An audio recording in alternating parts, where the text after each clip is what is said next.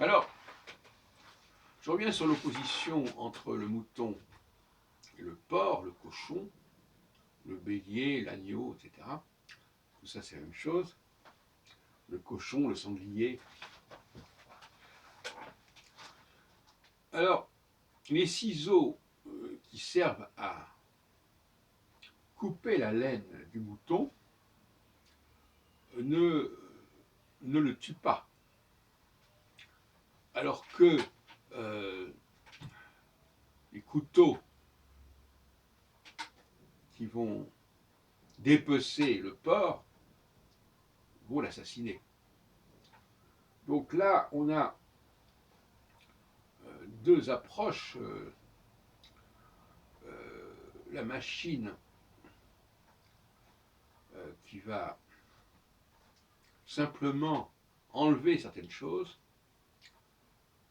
qui vont d'ailleurs repousser la laine, etc.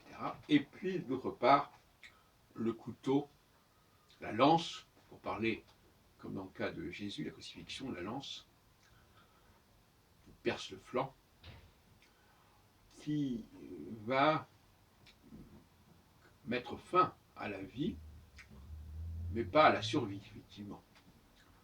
Je parlais l'autre jour d'embaumement, je parlais de survie, effectivement, ou de résurrection, etc. Pas de problème. Donc, on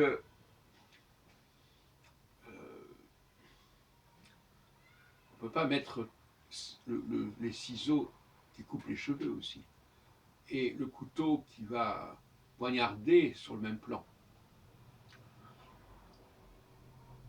Tant que alors le sang versé par Jésus, comme je l'ai dit dans une précédente vidéo, il est le fait de ce couteau, de cette lance,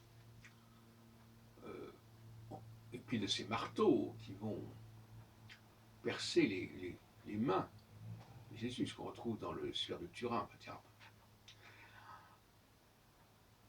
Et puis le sang qui va être recueilli dans le Graal, etc. Le Graal qui était également un objet. Vous savez que je suis très attentif à la présence de l'objet, quel qu'il soit, sous toutes ses formes.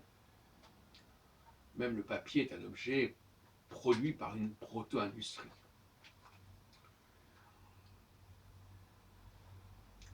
Donc, quelque part, le destin de Jésus est lié au sang et au couteau qui va verser le sang. Et puis, alors, il y a la technique du baptême.